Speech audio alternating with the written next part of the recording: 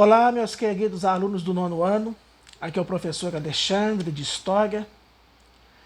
Eu vou utilizar este recurso de gravação da tela do celular para facilitar o entendimento da atividade sobre proclamação da República ou golpe da República de 15 de novembro de 1889, considerando tratar-se de atividade bastante extensa e necessária muita leitura e visualização. Então vamos começar? É o seguinte, estou aqui na tela do Google e vou pegar a turma do nono ano A, mas servirá tanto como a do nono ano B, ok?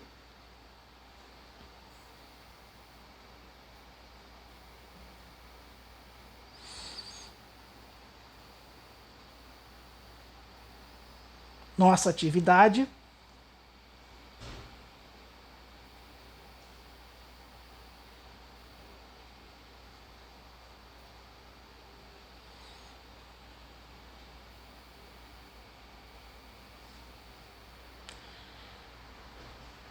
Vocês observam que temos a atividade remota.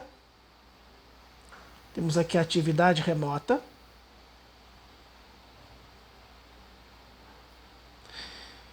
Temos esses dois recados aqui do professor.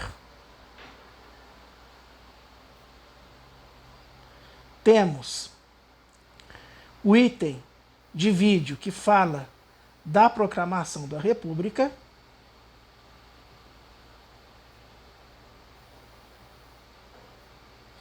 Temos esses três vídeos, cujos links encontram-se no YouTube também e falam sobre positivismo e federalismo. O objetivo é facilitar a leitura do texto com base nestes vídeos de suporte.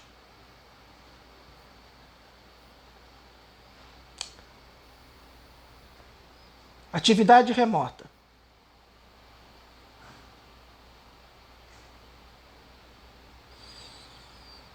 Essa é a atividade que vocês receberam e visualizaram. Nós vamos descer o texto.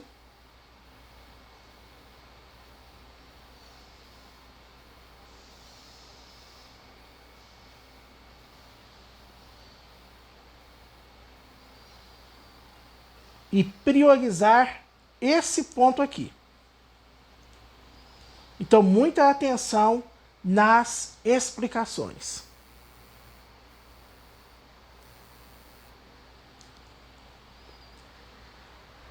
O declínio do segundo reinado, Dom Pedro II.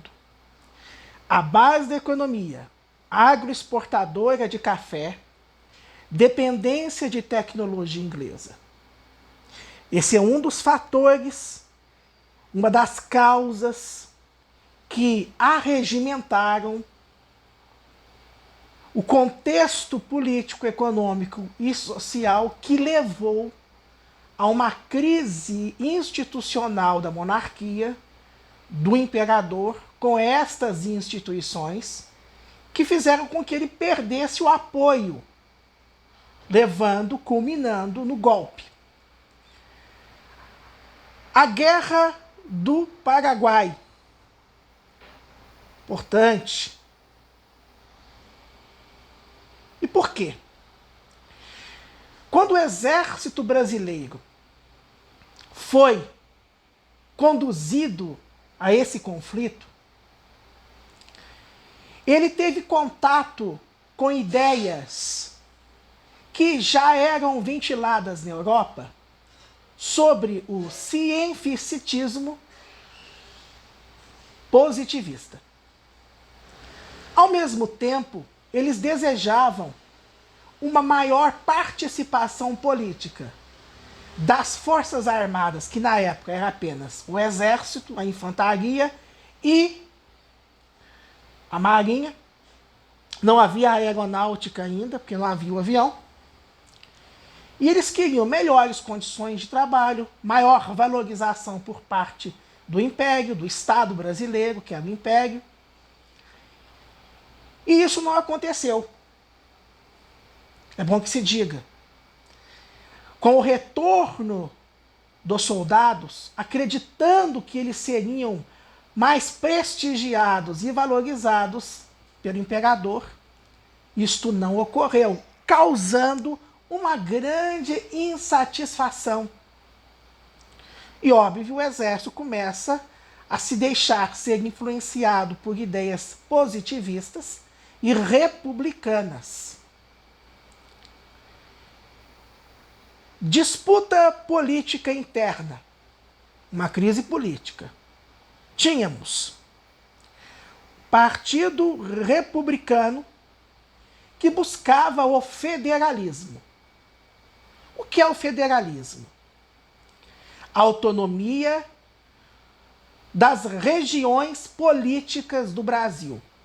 Este federalismo, muito influenciado pelo federalismo dos Estados Unidos da América do Norte, o federalismo norte-americano.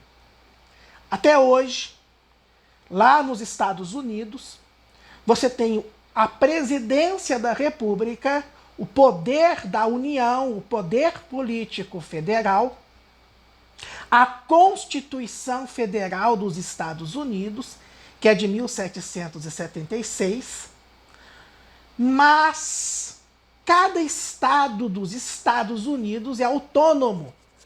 Inclusive, alguns estados permitem a pena de morte, outros não. Alguns permitem os jogos de azar, os jogos, as jogatinas, outros não permitem.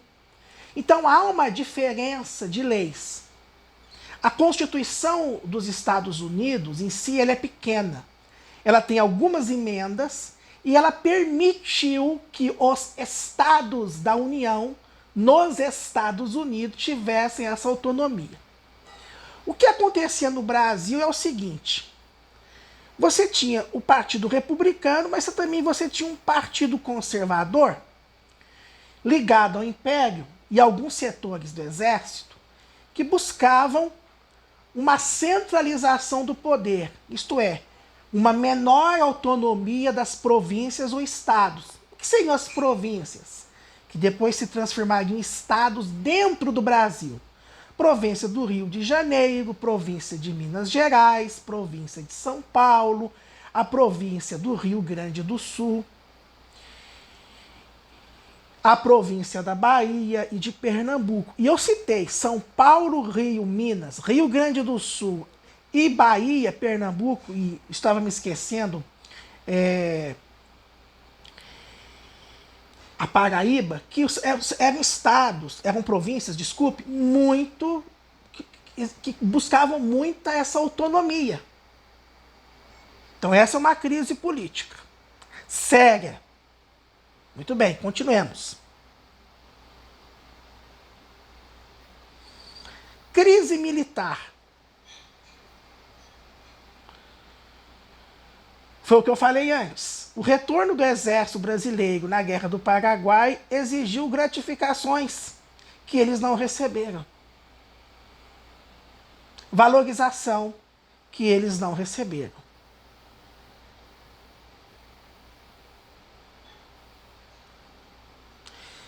Características da proclamação ou golpe do Estado, de Estado da República. Em geral, ela ocorreu sem a participação social da população, que assistiu de forma bestializada à mudança do regime político, da monarquia para a república. Foi um golpe praticado pela elite agrária brasileira e pelo exército brasileiro, sendo esse influenciado pela ideologia positivista europeia, que eu acabei de dizer. A economia brasileira continuou dependente do capital e tecnologia externa, principalmente a inglesa. Ora, a Inglaterra, ela entra nessa questão sempre. Sempre tem uma influência externa, tá?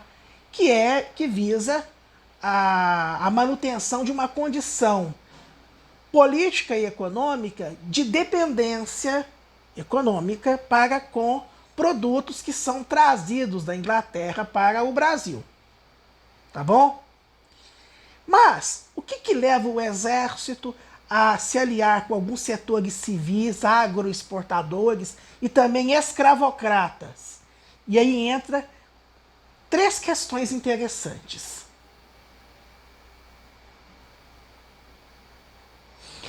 Após a Guerra do Paraguai, Dom Pedro II, vejam bem, decidiu esvaziar, desfazer do exército. Dom Pedro tinha medo do poder militar. O exército possui armas, até nos dias de hoje. E uma possibilidade de golpe existia. Então ele resolve desfazer o exército. Isso gerou uma insatisfação enorme. Junto com isso, a famosa questão religiosa, que está aqui, ó. Como assim? O que tem a igreja, na época, a igreja católica, a ver com isso? Aí é que está. Ações do Papa, na época, do Papa da Igreja Católica, deveriam passar pelo crivo do imperador. O imperador, né? Ele objetivava, claramente, atender aos interesses dos grupos econômicos que sustentavam. Grupos estes em que ele estava perdendo apoio. Quando a igreja, que ela tinha, nesta época, uma relação de poder com o Estado, ela não era desvinculada do Estado brasileiro, que era o Império,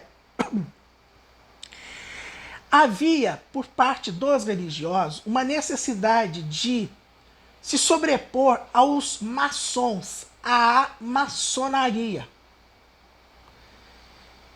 Né? E aí gerou um problema. Muitos militares eram maçons, parte da elite agrária era maçônica, e eles achavam isso um absurdo. Né? Dom Pedro simplesmente baixa lá um decreto dizendo que não. Se a igreja quiser cumprir alguma determinação aqui no Brasil, vai ter que passar pelo meu crivo. Isso gerou insatisfação dos religiosos que começaram a fazer pregações políticas nas igrejas, nos púlpitos, nos altares. Aí você pensa, já que Dom Pedro fez isso, né, defendeu os interesses da maçonaria, por que então o exército, parte dele maçônico, por que parte da elite a civil, aristocrática e escravocrata não ficou do lado de Dom Pedro? Vem a questão econômica, o escravocrata. O Brasil foi um dos últimos países do mundo a abolirem a escravidão. A nossa elite escravocrata não queria abolir a escravidão de jeito nenhum, mas havia forte pressão inglesa para que isto ocorresse. Porque o escravo não consome, não tem poder de consumo nessa nova realidade de mercado consumidor da Revolução Industrial. Mercado consumidor. Muitos escravos foram para a Guerra do Paraguai com a promessa de que receberiam a alforria. E foram. Muitos morreram, outros voltaram e receberam a alforria. Logo depois, em 1888, tivemos a Lei Áurea. Princesa Isabel assinou lá, 13 de maio. Só que a abolição da escravidão não falava sobre a recomposição financeira daqueles negros escravos que foram para a Guerra do Paraguai, ou morreram, ou voltaram e foram alforriados. Não houve, por parte do Estado brasileiro, uma iniciativa de recompensar os fazendeiros. Eles ficaram nervosos.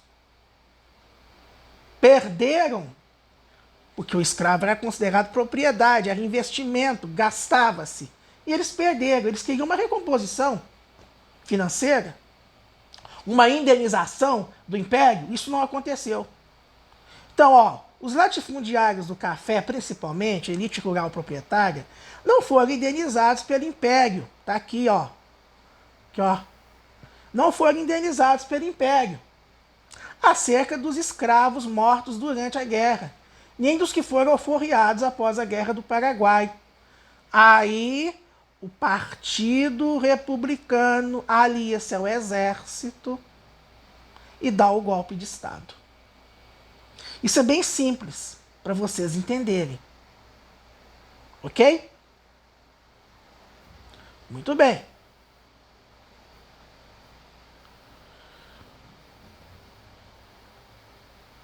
E aí tivemos a proclamação da República. O golpe. Quais as características? Ordem e progresso, lema positivista do Augusto Conte. O lema da nova ordem republicana instalada no país. Sob influência europeia, os governos militares dos primeiros anos da recém-implantada República governaram com extremo autoritarismo. Foi a famosa República de Espada, primeiro com o Marechal Deodoro da Fonseca e depois com o Floriano Peixoto, também chamado de Marechal de Ferro. Mas isso aqui eu vou deixar mais para frente quando discutirmos esses primeiros anos da República. O fato que eu só queria acrescentar a vocês está aqui, ó. Esse ponto aqui, ó. A disputa de poder entre os militares que assumiram o poder porque deram o golpe e os civis ricos fazendeiros que o apoiaram. É por isso que eu vou falar agora em seguida sobre esse ponto aqui, ó.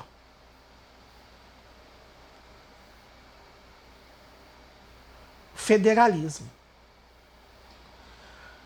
Autonomia das províncias, dos estados que não eram mais províncias, tornaram-se estados com a proclamação.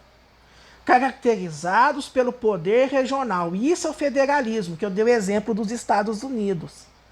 Ó, caracterizando o poder local, regional, municípios e estados, onde os conflitos ocorriam, onde você tinha as disputas de fato, onde o poder se estabelecia de fato, é onde você vai ter o político que tem interesses com os fazendeiros, que eram chamados de coronéis, e aí deu-se uma expressão típica, o tal do coronelismo. Quem manda é o coronel, o político é apenas uma marionete na mão desse coronel, porque ele é que banca, ele é que financia a sua eleição. E aí temos um problema para a próxima aula que nós vamos voltar. Muito bem. Por outro lado, temos o positivismo, que aí entra o exército. De um lado, civis, que querem autonomia do poder, do outro lado, o exército, muito influenciado pelo positivismo. Doutrina de pensamento político e filosófico que surgiu na Europa no século XIX com Augusto Conte, com outros também. Pregava uma organização social baseada na ordem e na disciplina. O exército ele tem essa questão da hierarquia, da ordem e da disciplina, das patentes. E vamos estabelecer, então, uma sociedade tão organizada, perfeita, onde quem sai dessa estrutura está errado. Por isso que quando ocorria, como hoje ocorre, questionamentos por parte da sociedade sobre abuso de poder, corrupção, em busca de uma sociedade mais igualitária, mais justa, socialmente mais distributiva, há uma rotulação aos movimentos sociais, de qualquer natureza, como sendo movimentos desorganizados, porque pregam, essa palavra terrível, pregam a baderna, a bagunça, subversivos. Ora, mas isso é uma característica de uma liberdade de pensamento político e de luta social. O positivismo, na sua estrutura, foi construído para atender aos interesses da burguesia europeia, para manterem-se no poder e combater o avanço do socialismo na segunda metade do século XIX, que começou a também influenciar os trabalhadores e grupos sociais politicamente críticos ao novo regime, da forma em que ele foi estabelecido, óbvio, e, consequentemente, para garantir a manutenção dessas elites que estão no poder. O positivismo, ele fala muito aqui das ciências. Presta atenção aqui, ó. Ciências. De uma sociedade que seja pacífica, que possua uma previsibilidade social e que atenda aos interesses do Estado liberal burguês. Então, qualquer forma de questionamento não pode ocorrer, não havendo, portanto, liberdade ao questionamento. Daí as perseguições por parte da polícia, por parte do exército. Muito autoritário, muito centralista. Questões sociais deveriam ser discutidas como questões sociais, mas não. Eram discutidas como causas ou questões policiais, criminais. Não havendo políticas públicas para atender aos recados que a sociedade estava dando de que tinha coisa errada. Muito bem. Esse é o Augusto Comte, considerado pai do positivismo na Europa. Observem, centralismo. Organização política baseada na centralização forte do poder nas mãos do presidente da República, que durante esses primeiros anos da República estava na mão de quem, gente? Do Marechal Deodoro da Fonseca e do Floriano Peixoto. As decisões eram tomadas de cima para baixo.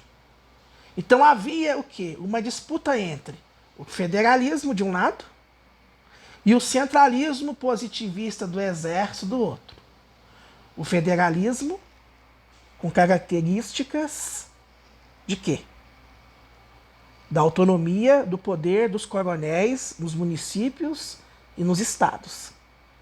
E do outro lado, a centralização do poder na mão do presidente da República, que era militar, influenciado pelo positivismo e, portanto, centralista. Nós vamos ficar por aqui. Na próxima aula, próxima semana, nós vamos entrar na segunda parte sobre a proclamação da República, no caso, os primeiros anos da República no Brasil. Agradeço a atenção de vocês e lembrem, vejam os vídeos com bastante atenção e repita a visualização quantas vezes acharem necessários. Um abraço do professor Alexandre e fiquem com Deus.